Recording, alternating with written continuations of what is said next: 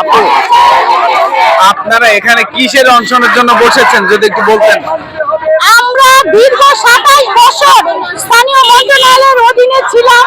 আমরা urban project ছিল আমাদের, এখন আমাদের বিল্ডিংগুলি যেগুলো ছিল সেগুলো আমাদের এই সরকার এসে এই বিল্ডিংগুলোকে স্বাস্থ্য খাতে স্থানান্তর করেছে।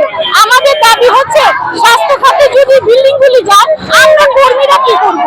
এখানে বলা হয়েছে যে আমাদেরকে বিল্ডিং পরিত্যক্ত, আসলে এটা মিথ্যা তথ্য। বিল্ডিং পরিত্যক্ত নয়, আমরা দীর্ঘ 27 বছর যাবত সেবা দিয়ে আসতেছি এবং আমরা কর্মরত আছি।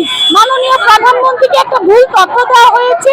আমাদের যে বিল্ডিংগুলো পর্যায়ক্রমে আমাদের প্রজেক্ট এক্সটেনশন হচ্ছে, 5 বছর পর পর আমাদের চুক্তি ভিত্তিক হচ্ছে।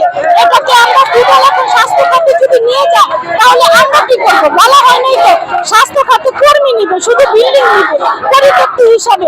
এই জন্য আমরা আমাদের দাবি নিয়ে এখানে বসেছি। আমরা চাকরি স্থায়িত্ব চাকরি বহাল চাই। কত সময় বসে থাকবেন আপনারা?